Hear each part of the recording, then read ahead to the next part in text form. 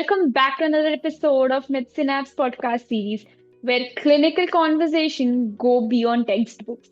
I'm your host Hetvi Shah, and today we are diving into a crucial but often under-recognized area of pediatric medicine, which is primary immunodeficiency, a spectrum of over 450 disorders where the body's immune defense is either absent or malfunctioning.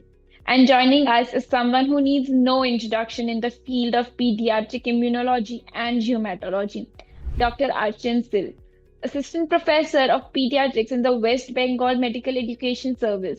He is a super specialist in pediatric clinical immunology and rheumatology from PGIMER Chandigarh, a PRES emerged fellow from Italy, and among the very few in West Bengal with this rare DM qualification. Dr. Sil's interests span from primary immunodeficiencies to pediatric autoimmune and autoinflammatory disorders. So, Doctor, it is a pleasure to have you with me today and welcome to the show. Good afternoon, everyone. I would like to welcome you all. And today we'll have 15 to 20 minutes of discussion on a topic which the awareness of which is, I think, less amongst the patients as well as the doctors. So we'll discuss how to diagnose, how to pick up, what are the red flags, how should we approach these cases, and how should we treat. So, to begin with, Doctor, could you walk us through the key clinical red flags that clinicians that should prompt a clinician to suspect a primary immunodeficiency, especially in pediatric versus adult populations? So nowadays, the primary immunodeficiency, this group of disease is better known as IEI or inborn errors of immunity.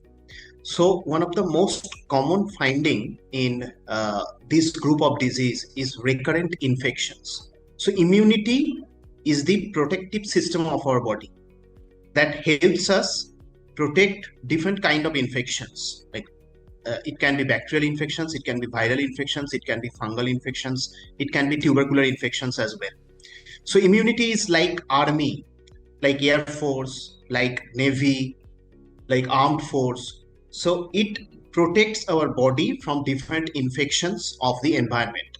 But when immune system is defective, then our body catches different kinds of infection easily. And these are mainly defects. These are monogenic defects. So almost all these diseases are due to monogenic defects. That means defect in single gene has been identified to be associated with almost all these diseases. So due to genetic defect, when our immune system is defective, there are different infections that can occur to children. And these infections can be of unusual severity. Suppose cough and cold or mild pneumonia. But those children who are suffering from primary immunodeficiency or inborn errors of immunity, that pneumonia can get severe. The child can land up in PICU, may require mechanical ventilation. So the severity of infection is unusual. In other children where infections subside gradually, but these children have severe infections. That is one.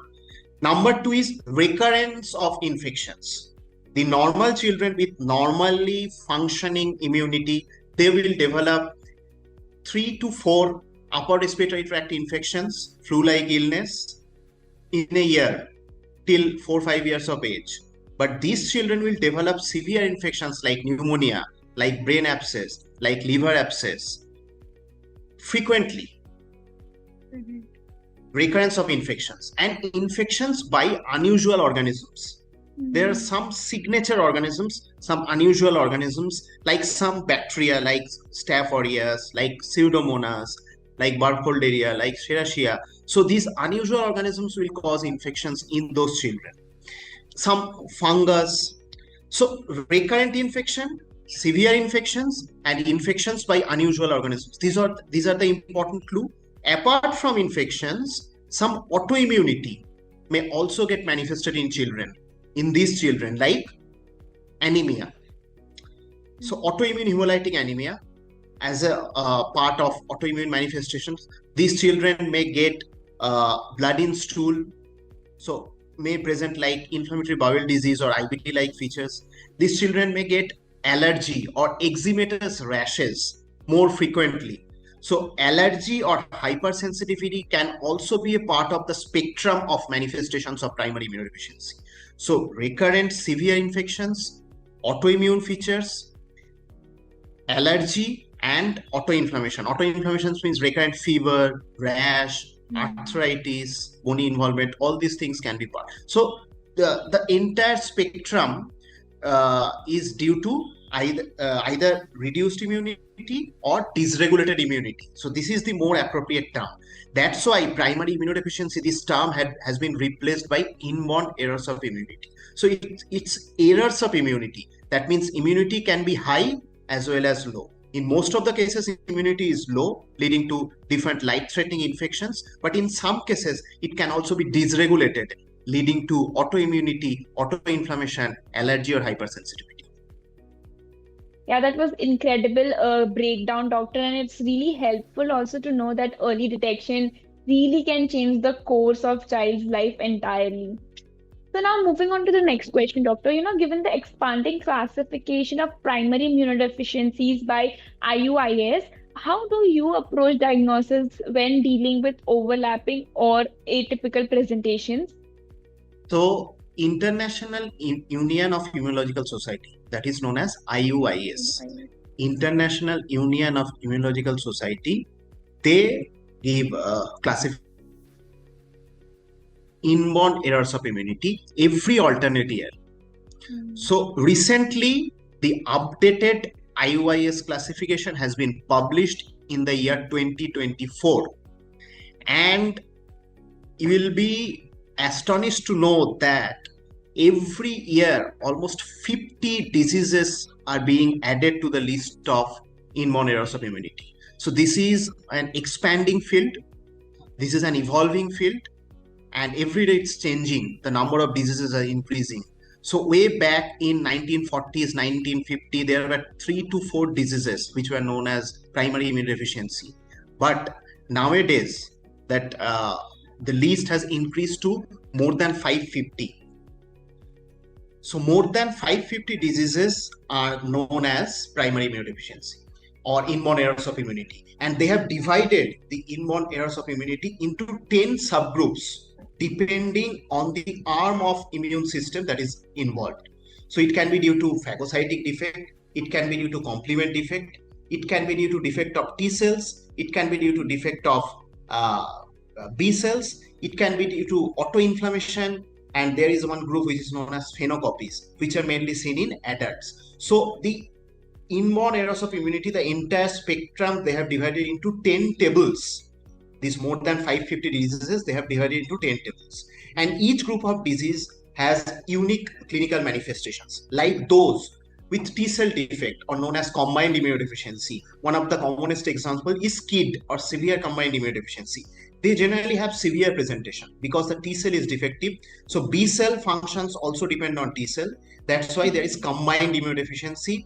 Immunoglobulin is very low, and these children are vulnerable to severe viral, fungal, and tubercular infections immediately after the birth. So these children, if not treated, generally die within first year of life. They are not able to celebrate their first birthday. So these are medical emergencies. These are combined immunodeficiencies. So these children should be diagnosed, should be picked up very early within first few months of life, and they should undergo hematopoietic stem cell transplantation, and then only they can survive. The other group is B cell deficiency or antibody deficiency, which present a bit late. The commonest antibody deficiency, that is the commonest symptomatic antibody deficiency, I would say, that is common variable immunodeficiency, generally present in older children or adolescent or adult age group. And they generally present with recurrent sinopulmonary infections like recurrent ear discharge, recurrent sinusitis, recurrent pneumonia, recurrent diarrhea. Another severe variety of antibody deficiency, which is known as X-linked agammaglobulinemia or Bruton's agammaglobulinemia, generally present after 6 months of age. They are more severe type of antibody deficiency. Phagocytic defect, like chronic granulomatous disease, generally presents early during first few months of life or infancy, but they can present at any age. They generally present with superficial localized infections like neck abscess, lymph node abscess, liver abscess, pneumonia. And another phagocytic defect, that is congenital neutropenia, they are also present early during first few years of life, and they present with oral ulcerations, perianal or perineal ulcerations. They can also present with severe GI or respiratory infections. Complement deficiency is another group, and it can be divided into two groups: early complement deficiency, late complement deficiency. Early complement deficiency like C1q, C1r, C1s deficiency, they again present with recurrent pneumonia, recurrent ear discharge, and they can also present with lupus-like manifestations. That means fever, rash, oral ulcerations, joint pain, kidney involvement, or neurological involvement. Late complement deficiency generally presents with severe form of meningitis by some specific organisms like Neisseria meningitis. So this is overall, in brief, the presentation of different groups of inborn errors of immunity. I think it's fascinating to note this pattern recognition also, and it plays such a vital role in the advancements also. So, what role do advanced diagnostic tools like flow cytometry, genetic testings, or next generation sequencing play in the early detection and accurate identification of PIDs in your clinical practice? Yes. So the diagnostic, the clues you should get from clinical presentation, Mhm. and then you should proceed first with baseline investigations like CBC, complete blood count. The CBC can give lot of clues, like leukocyte adhesion deficiency is one type of phagocytic defect, and this can present with increased leukocytic count in the tune of 60,000 to 1 lakh. So generally, the total leukocytic count in children varies from 4,000 to 11,000. But if it gets elevated to the tune of 60,000 to 1 lakh with neutrophilic predominance, so 60,000 to 1 lakh total leukocytic count with neutrophil of 70%, 80%, 90%, if this is the picture of complete blood count, virtually there is no differential diagnosis. It has to be leukocyte adhesion deficiency. So this is the importance of complete blood count and interpretation of complete blood count. If you interpret it correctly, you shouldn't miss a single case of inborn errors of immunity. So this is one important part. Another part is neutrophil count can be low. So neutrophil count can be low in severe congenital neutropenia, in antibody deficiency like X-linked agammaglobulinemia. Again, neutrophil count can be high, not in the tune of 70,000, 80,000, 90,000, but it can be in the tune of 20,000, 30,000, 40,000 in chronic granulomatous disease. So leukocytosis with neutrophilic predominance can be there in chronic granulomatous disease as well. On the other hand, lymphocyte count can be persistently low in cases of combined immunodeficiency. So persistent lymphopenia, these findings you shouldn't miss. Then after complete blood count, there is another important test, that is globulin. So in liver function test or LFT, globulin is there, but unfortunately we don't look at this part of LFT. So you should note, if globulin is severely decreased, that is below 2 gram per deciliter, then it indicates antibody deficiency. On the other hand, globulin count may be elevated in secondary immunodeficiencies like HIV. Globulin level may be elevated. So after these basic tests, there are some specialized tests which are only done in immunological labs, and those immunological labs are very few in our country. That is the unfortunate part. We are trying to increase this facility of immunological tests, that is, to be specific, flow cytometry. So by flow cytometry, we can diagnose most of these diseases. Flow cytometry, we can do lymphocyte subset, which will clinch the diagnosis of combined immunodeficiency, most of the combined immunodeficiencies, especially severe combined immunodeficiencies, lymphocyte subset, then naive and memory T cells, then T cell subsets like CD4, CD8. We can do immunoglobulin profile by nephelometry.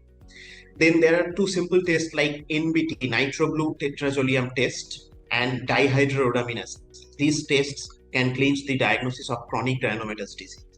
So after flow cytometry, after the baseline tests and flow cytometry, we'll proceed to genetics. This is another part which is done in very few laboratories in our country.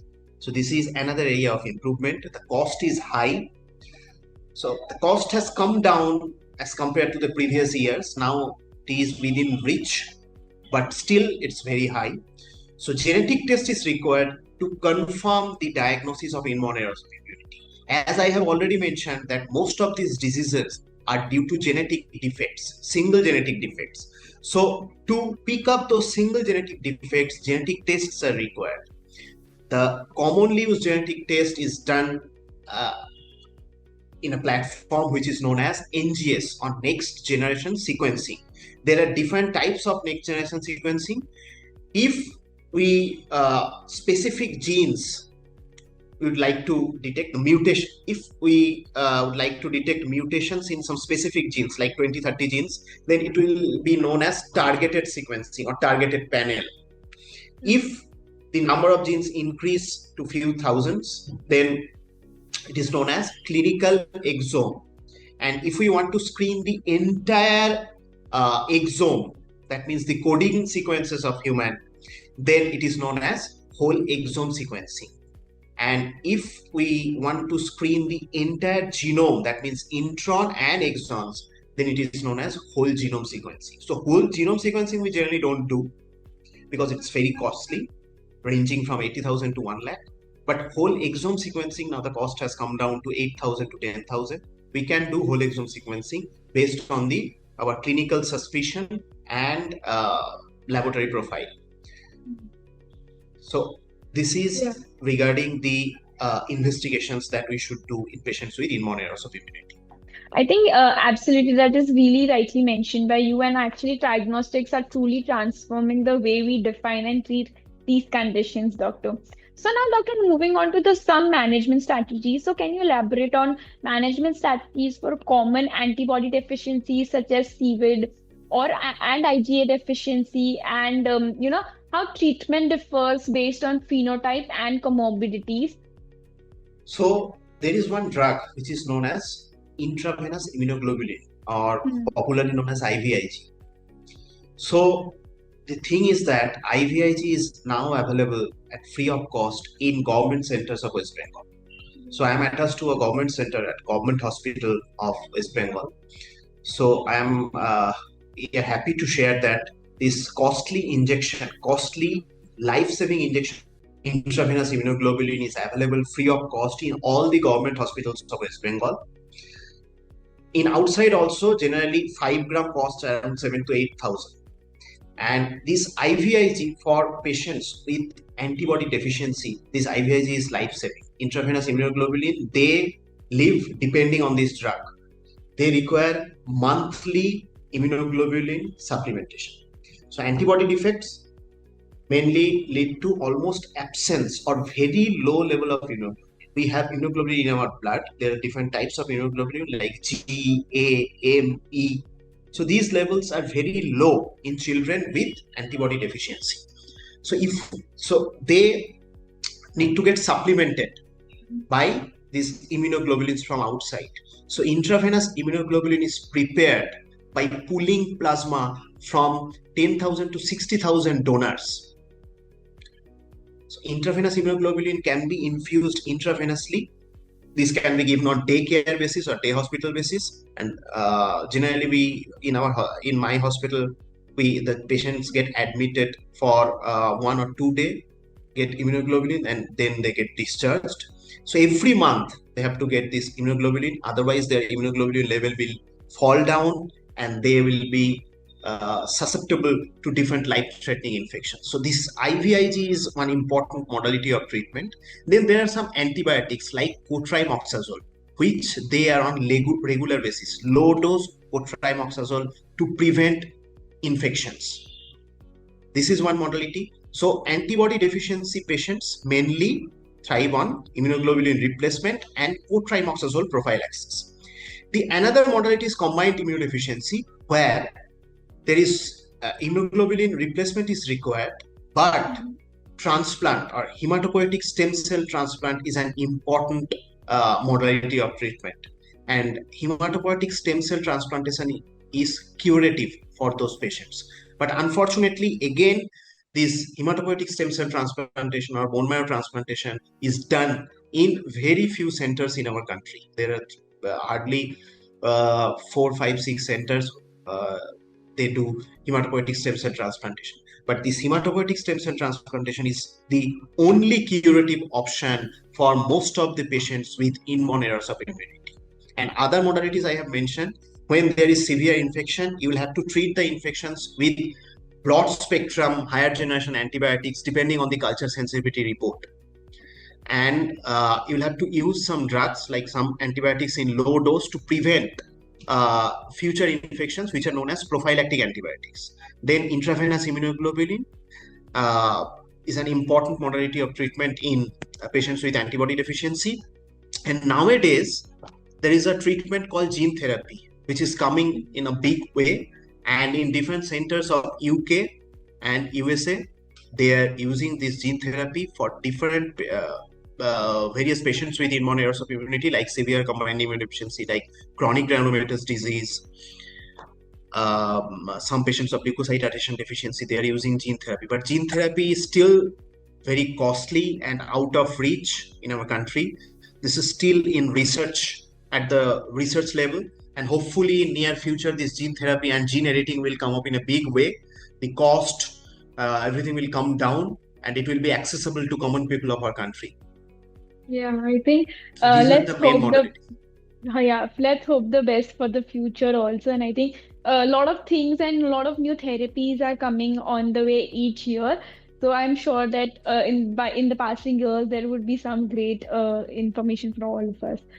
So now, Doctor, finally, with gene therapy and targeted biologics becoming more accessible, how do you foresee the treatment landscape of primary immunodeficiency evolving over the next decade? Yes. So evolution is definitely there. So suppose just in 1950 there was no treatment. In Correct. 1960, in 1970s there was no treatment because intravenous immunoglobulin was not there. Intravenous immunoglobulin then came up in big way in 80s, and so that was life-saving for patients with antibody deficiency. So hematopoietic stem cell transplantation was also we were inexperienced regarding hematopoietic stem cell transplantation in 60s, 70s, 80s. Then after 1990s and with the advancement of molecular genetics after 2000, this hematopoietic stem cell transplantation came up in a big way.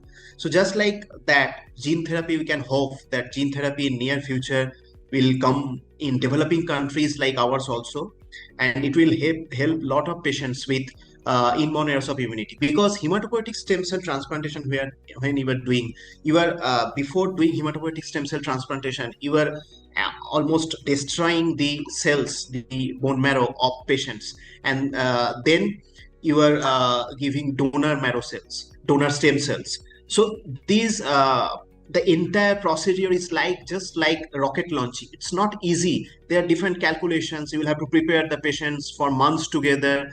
Then you'll have to do transplant. Then you will have to follow up the patients for months together. There are different risks of graft rejection, risks of different life-threatening infections, risks of different graft versus host disease. So there are a lot of complications, and mortality rate is also very high in some of the inborn errors of immunity that undergo hematopoietic stem cell transplantation. So there are a lot of adverse effects, lot of complications we can face. But gene therapy, if you do in a proper way, then so gene therapy, everything is a learning curve. So in learning experience regarding gene therapy, we are still like, but hopefully more and more researches, more and more basic researches will be done, and gene therapy, lot of different avenues of gene therapy will be explored, and we can utilize them in different diseases. Already in developed countries like UK, USA, they are using gene therapy for severe combined immunodeficiency, for chronic granulomatous disease, for all different other types of inborn errors of immunity, and they are getting success with Yeah. minimal adverse effects. But and gene editing now also they are doing, because these are genetic defects. So if you can intervene at the genetic level, then these diseases can be cured, and the child can be free of diseases and can lead normal life. The lifespan can be normal. So there are a lot of possibilities to be explored. And the second thing you have mentioned regarding the targeted therapies, regarding biologics, yes, biologics has come up in big way in pediatric rheumatology. Lot of diseases now we are treating with biologics, with minimal side effects, with great efficacy. So in inborn error of immunity also, as I have mentioned, that immunological dysregulation or dysregulation of immunity is an important component. So specific targeted biologics against specific cytokines and interleukins can do wonders in some of the diseases with autoimmune and autoinflammatory manifestations. Mm. Yeah, I think the future actually looks promising, Doctor. And as we wrap up today's session, thank you so much for sharing your expertise and insights with us today. And actually, your insights have been eye-opening and incredibly relevant to clinicians navigating the complexities of primary immunodeficiency. So, thank you so much for sharing that with us today. Thank you for inviting me, and I had a great time Same talking here, on primary Doctor. immunodeficiency, and hopefully this podcast will increase the awareness regarding these diseases, Correct. this rare group of Yeah, diseases. And these are that's not so rare. So I would like to end with a message, take-home message, that these diseases are commonly known as rare disease, but individual disease can be rare. But as a group, these around 560, 570 members are there in this group, in errors of immunity. So as a group, these diseases are as common as 1 in 1,000 to 1,500. This can be as common as that. So as a group, these diseases are not rare. Day in and day out, we are missing those diseases, because what our mind doesn't know, eyes can't see. So these things, these small clues we should pick up to diagnose more and more inborn errors of immunity. So thousands of children are roaming around us with these diseases, but we are not able to diagnose them. Yes, I think that's something very incredible message that you shared, and it's really true also. And spreading awareness is really important about this topic, I would say. So thank you for sharing that, Doctor. And to our listeners, thank you for tuning into this episode of MedSynapse podcast series. And remember, if you're a healthcare professional who's eager to delve deeper into medical topics or have questions, do not hesitate to join us on the MedSynapse platform. MedSynapse platform is not just a resource, it's a dynamic space where you can connect with your medical peers, participate in meaningful discussions, and contribute to the ongoing evolution of healthcare. So until next time, stay informed and stay inspired.